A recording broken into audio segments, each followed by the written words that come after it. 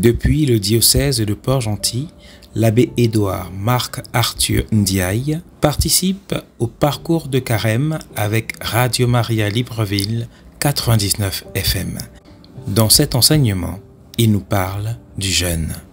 Quel est le jeûne qui plaît au Seigneur? Bonne écoute et à tout à l'heure à la fin de l'enseignement.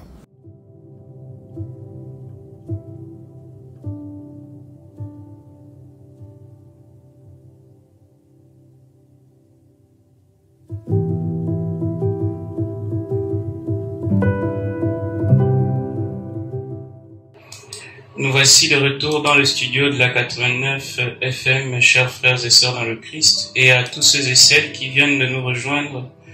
Nous disions tout à l'heure que nous sommes réunis pour échanger aujourd'hui ensemble sur un aspect très important que nous sommes tous censés observer, en particulier durant le temps de carême, qu'est le jeûne.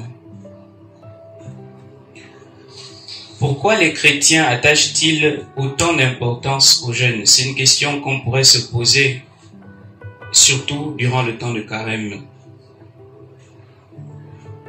L'Ancien Testament classe le jeûne parmi les fondements de la spiritualité du peuple d'Israël.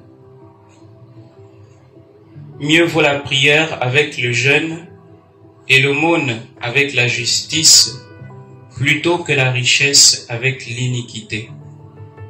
Je vais reprendre cette phrase. Mieux vaut la prière avec le jeûne et l'aumône avec la justice plutôt que la richesse avec l'iniquité.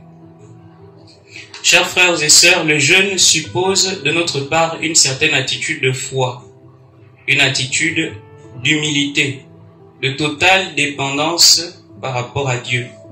En un mot, c'est une attitude d'abandon à Dieu. Et le jeûne est quelque chose qui est inséparable de la prière et de la justice, puisqu'il est orienté ou tourné vers la conversion du cœur, la contrition parfaite, sans laquelle il n'a aucun sens, sans laquelle le jeûne n'a pas de consistance. La pratique du jeûne, mes bien-aimés, facilite ou favorise pour nous l'ouverture à une autre nourriture qu'est celle de la parole de Dieu.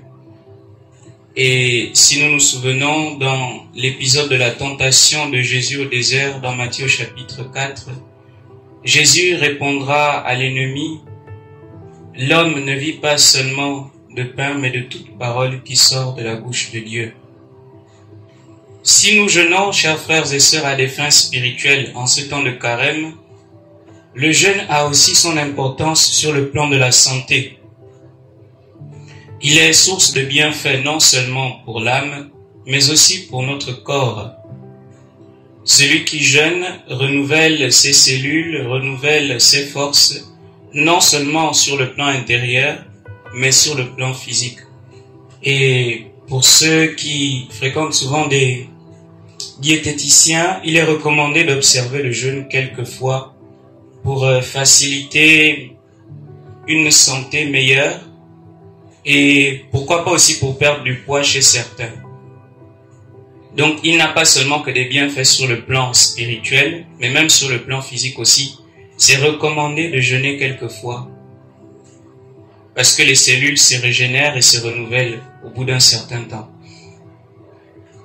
Mais à quoi alors sert le jeûne? C'est une question qu'on se pose tout le temps. Eh bien, le jeûne consiste, chers frères et sœurs, à faire un seul repas pendant la journée. Un repas qui pourrait prendre la forme d'une collation composée. Par exemple, une portion de pain, un morceau de pain et un peu d'eau, ou une soupe, ou une citronnelle, une tisane. On peut aussi s'abstenir totalement de nourriture, mais pas d'eau. Alors, ici j'en profite pour nous rappeler que la religion chrétienne catholique n'est pas doloriste. Elle n'est pas doloriste. On ne se prive pas de certaines choses par pur plaisir. Le jeûne a un objectif, c'est d'abord de nous rapprocher de Dieu, de favoriser le silence intérieur. Et au passage aussi, je tiens à nous rappeler que le jeûne aiguise nos sens spirituels. Le jeûne aiguise le sens spirituel, nos sens spirituels. Ce sont les pères de l'Église qui emploient beaucoup cette expression de sens spirituel en disant que de la même manière dont nous avons nos 5 sens sur le plan physique, de la même manière aussi, notre âme a ses sens spirituels qui sont censés être aiguisés, non seulement par le jeûne, mais par beaucoup d'autres pratiques telles que l'adoration du Saint-Sacrement, la confession, la communion régulière, la méditation de la parole de Dieu, la Lectio Divina, et j'en passe. Depuis 1966, le jeûne obligatoire chez les catholiques est, selon le Code de droit canonique, limité à 2 jours dans l'année. Donc il n'y a que 2 jours dans l'année où le jeûne est obligatoire, à savoir le mercredi décembre qui ouvre le temps de carême, que nous avons célébré il y a 3 jours, et le vendredi saint, jour qui commémore la mort de Jésus. Le vendredi saint est le seul jour dans l'année où il n'y a aucune messe qui est célébrée dans le monde. Il y a une célébration qui est faite. Il y a avant cela le chemin de croix, le dernier chemin de croix, et ensuite la célébration de la passion de notre Seigneur Jésus. Ce n'est pas une messe qui est célébrée ce jour-là. Pour les autres jours de carême, le jeûne est laissé à l'appréciation de chacun, selon la disposition de tout un chacun, et il peut revêtir plusieurs formes. On peut par exemple se priver de nourriture et de boissons. Lorsqu'on parle de boissons, on ne parle pas de l'eau ici, on parle de tout ce qui est alcool et autres boissons fermentées, les jus aussi, voilà. Donc la boisson, la nourriture, la télévision, le tabac, la cigarette, les jeux vidéo, les réseaux sociaux et j'en passe. On doit se priver de tout ce qui met notre vie sous la servitude de l'addiction ou des habitudes. Et je vais essayer de prendre un exemple concret ici. Si moi je sais que je suis accro par exemple aux réseaux sociaux ou au téléphone, mon effort de carême sera par exemple de diminuer le temps que je passe sur mon téléphone. Donc si je ne sais pas combien de temps je vais parler tout azimut, si une personne a l'habitude de passer 3 ou 4 heures de temps par jour sur son téléphone, elle peut dire, bon Seigneur, j'accepte de sacrifier 2 heures de temps et ce temps-là je l'offre pour la prière, pour la méditation de la parole de Dieu, pour faire un rosaire, pour aller rendre visite à un malade, etc. Ça c'est un effort de carême. Et j'en passe. Donc chacun connaît quels sont les points concrets d'effort qui sont les siens et là où il doit s'améliorer et demander surtout le secours de la grâce de Dieu. Voilà.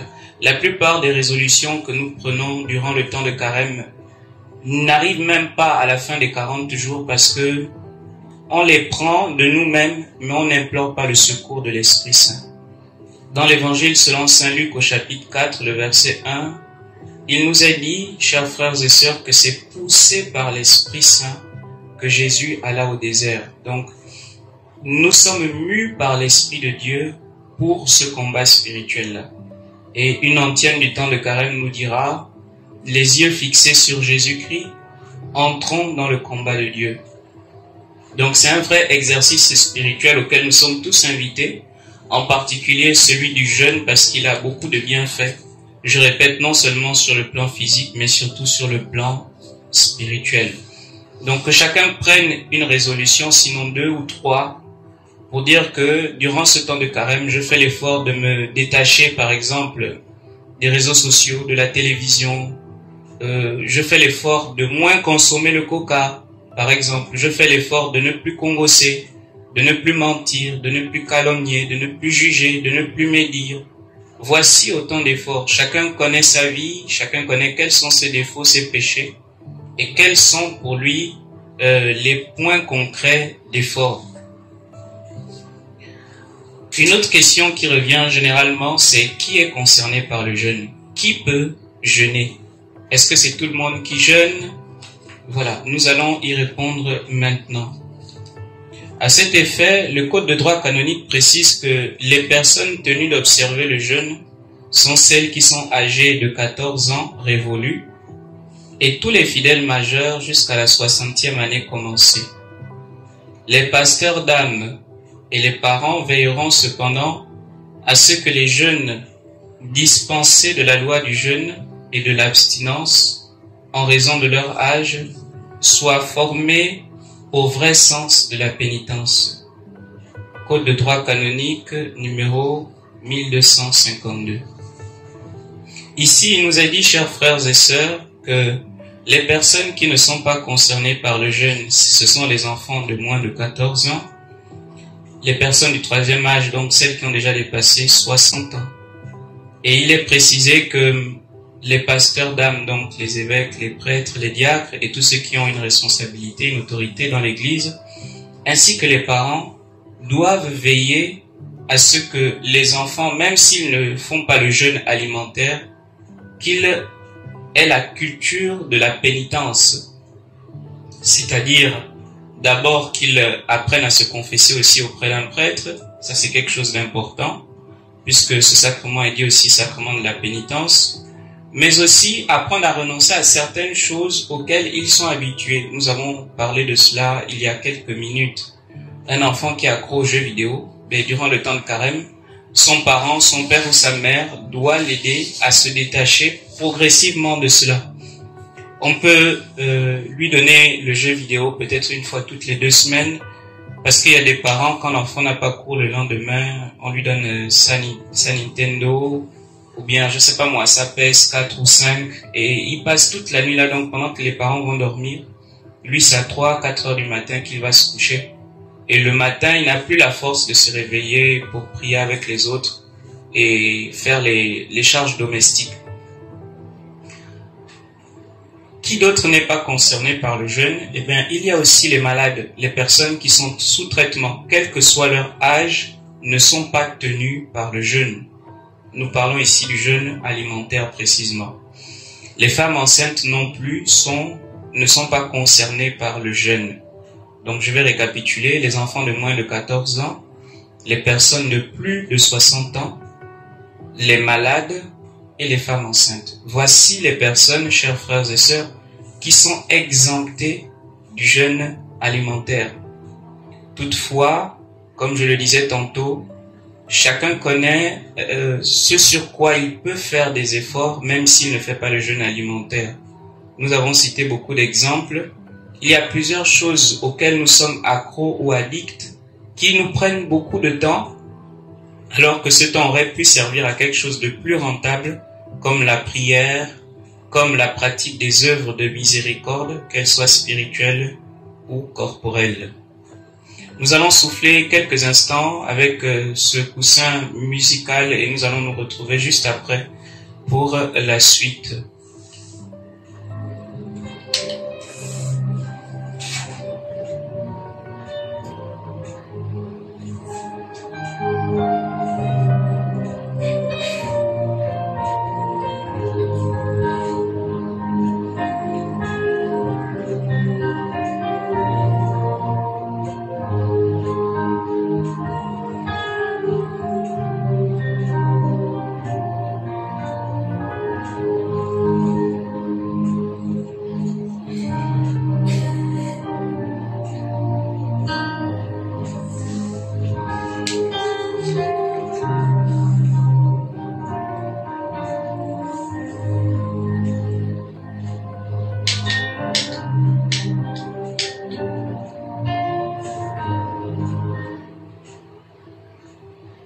Chers frères et sœurs, nous jeûnons pendant 40 jours en référence aux 40 jours et 40 nuits que Jésus a passé au désert, dans le silence, le recueillement, et aussi où il a été tenté par l'ennemi. Le chiffre 40 aussi nous renvoie aux 40 ans que le peuple d'Israël a passé dans le désert. Le chiffre 40 aussi nous fait penser aux 40 jours que Moïse a passé sur la montagne en présence du Seigneur. Donc c'est un chiffre très symbolique qui vient de quadragesima, qui veut dire 40, qui a donné en français le mot carême que nous connaissons. Pendant ces 40 jours de jeûne dans le désert, Jésus a répondu au tentateur: Il est écrit, l'homme ne vit pas seulement de pain, mais de toute parole qui sort de la bouche de Dieu. Matthieu 4, verset 4. Le jeûne n'est donc pas un objectif en soi, il n'est pas une finalité, mais plutôt un moyen ou un chemin pour se préparer à la fête de Pâques. Le jeûne n'est pas une fin en soi, mais il n'est qu'un moyen pour mieux nous disposer et nous préparer à la solennité pascale. Il a donc pour objectif de donner soif et faim de Dieu et de sa parole, en se dépouillant du superflu et en choisissant ce qui compte, à savoir les relations avec Dieu et nos frères et sœurs. J'aimerais ici ouvrir une petite parenthèse, chers frères et sœurs, parce que très souvent il nous arrive de jeûner, de faire le jeûne alimentaire de 6h à 18h pour certains, de 6h à 6h du lendemain pour d'autres qui font même 3 jours. Mais le Seigneur nous rappelle que tout cela ce n'est pas mauvais, mais le but, la finalité, c'est de nous rapprocher de lui et de nous rapprocher de nos frères et sœurs. Malheureusement, il peut arriver que certaines personnes soient jeunes, mais elles ne font pas l'effort d'adresser la parole à leurs frères et sœurs, à leur époux ou à leur épouse, à leurs collègues de travail, etc. Mais pourtant, ces personnes sont jeunes. Voilà, vous voyez que là, on a vraiment faussé la cible, quoi. Et c'est un effort auquel nous sommes tous invités. Ça sert à rien de nous mortifier en disant je jeûne, etc. Mais même ne fût-ce qu'adresser la parole à ton voisin, à ton frère ou à ta sœur, c'est très difficile. Accorder ton pardon, c'est très difficile. Mais pourtant, c'est toi qui jeûnes tout le temps. Donc voici un effort que nous pouvons communautairement nous approprier. Autre chose aussi, et c'est un détail très important, depuis le Concile Vatican II, l'Église insiste autant sur le partage et la prière que sur le jeûne. Le plus grand temps donné à la prière, l'insistance sur le partage et la maîtrise de soi par le jeûne permettent aux chrétiens que nous sommes d'approfondir la foi et de se convertir, c'est-à-dire d'être encore plus attentifs à la présence de Dieu dans nos vies. Voici, chers frères et sœurs, la finalité du jeûne. Le jeûne favorise le silence intérieur. Une personne qui a l'habitude de jeûner est capable de se contenir quelquefois. Il y a la grâce de la pondérance ou de la tempérance qui est accordée. Quelqu'un qui jeûne aussi ne parle pas beaucoup. Voici quelques bienfaits du jeûne. On apprend à favoriser le silence et l'écoute intérieure de Dieu. On apprend à se contrôler, à se maîtriser, à ne pas se mettre en colère n'importe comment. On apprend à ne pas beaucoup parler. Voici les bienfaits du jeûne. Et il n'y a pas que cela. De tout temps, la pratique du jeûne est indissociable d'une vie conforme au projet de Dieu pour nous. Dieu, dans l'Ancien Testament, à travers le prophète Isaïe, fustigeait ceux qui se privent d'un repas et ne vivent pas ses commandements. Je cite, « Le jeûne qui me plaît, n'est-ce pas ceci, faire tomber les chaînes injustes, délier les attaches du joug, rendre la liberté aux opprimés, briser tous les jougs. N'est-ce pas partager ton pain avec celui qui a faim, accueillir chez toi les pauvres sans abri, couvrir celui que tu verras sans vêtements, ne pas te dérober à ton semblable ?» Fin de citation. Isaïe chapitre 58, versets 6 à 7. Ici, le prophète Isaïe nous invite à pratiquer ce qu'on appelle généralement les œuvres de miséricorde. Et ici, c'est surtout les œuvres de miséricorde corporelle qui sont mises en relief. Dans le Nouveau Testament, le jeûne est associé à l'aumône et à la prière. Et il doit se pratiquer sans ostentation, c'est-à-dire sans le m'as-tu vu, ce qu'on appelle le m'as-tu vu. Que ton aumône reste dans le secret. Ton Père qui voit dans le secret te le rendra. Et dans un autre passage, dans Matthieu 9, le Seigneur dira, « Des jours viendront où l'époux leur sera enlevé, alors à ce moment-là, ils jeûneront. » Ici, c'est en référence bien évidemment à la passion, à la mort de Jésus. On pense au vendredi saint et à toute la journée du samedi saint où les tabernacles sont vides, comme pour nous préciser l'absence sensible de Dieu qui est pour nous l'objet du jeûne véritable, puisque le Christ, notre époux, ne sera pas là. Donc voici, chers frères et sœurs, j'aimerais dire à quelqu'un qui m'écoute que jeûner, c'est pas mauvais, mais jeûner sans prier, jeûner sans méditer la parole de Dieu, c'est simplement une grève de la faim. Donc pour que ton jeûne ne s'assimile pas à une grève de la faim, je te recommande fortement et fraternellement de prendre ta Bible, de l'ouvrir, de la méditer pendant je sais pas combien de minutes ou d'heures, selon ce que le Seigneur t'inspirera, de méditer la parole de Dieu, de faire ton chapelet ou ton rosaire. Il faut capitaliser et rentabiliser le temps. C'est bien de jeûner, mais c'est encore mieux de méditer la parole et de prier en jeûnant. Je vais nous laisser avec ce numéro du Code de droit canonique, c'est le numéro 919, paragraphe 1, qui nous dit ceci relativement à l'observance du jeûne. Qui va recevoir la très sainte Eucharistie s'abstiendra au moins 1 heure avant la Sainte Communion de prendre tout aliment et toute boisson, à l'exception seulement de l'eau et des médicaments. Code de droit canonique numéro 919, paragraphe 1.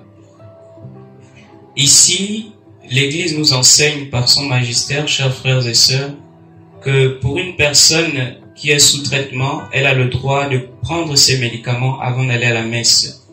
Et pour nous autres qui sommes bien portants, nous devons faire l'effort qu'il y ait au moins 1 heure d'intervalle entre le petit déjeuner par exemple et le moment de la messe. Si par exemple la messe est à 10 heures, si je veux prendre quelque chose pour ne pas avoir l'estomac vide, je dois le faire au moins avant 8 heures, sinon à 8 heures.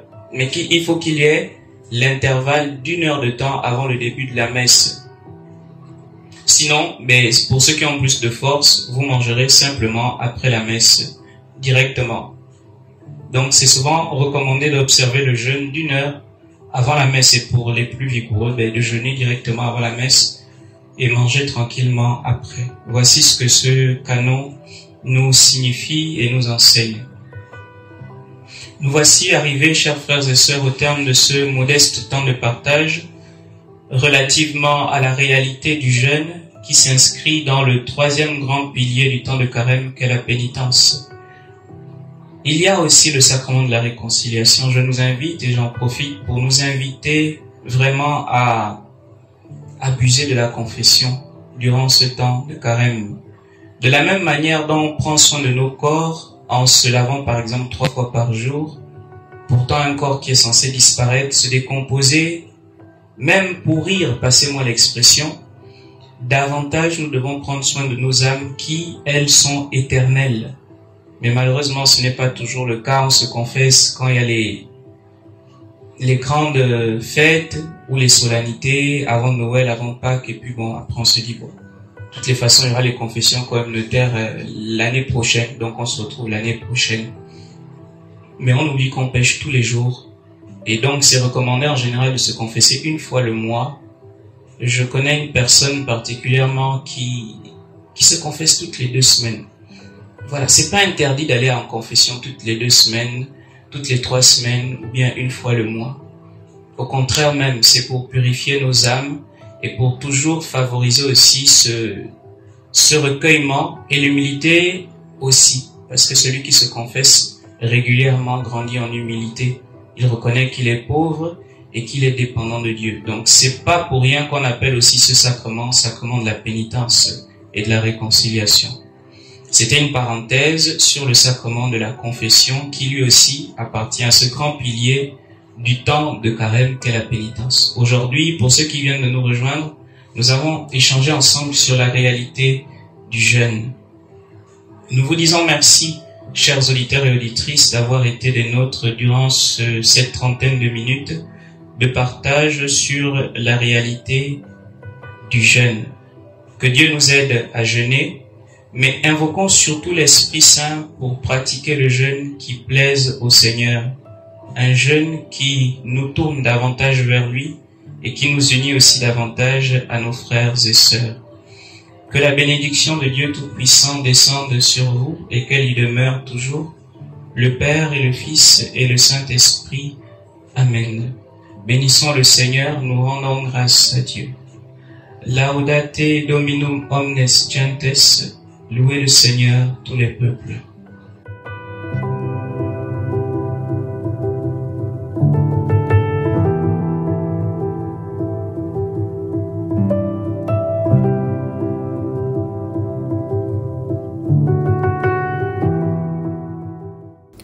Frères et sœurs, chers auditeurs, c'était l'abbé Édouard Marc Arthur Ndiaye du diocèse de Port-Gentil qui nous enseignait sur le jeûne qui plaît au Seigneur. Abonnez-vous et restez connectés sur Radio Maria Libreville 99 FM.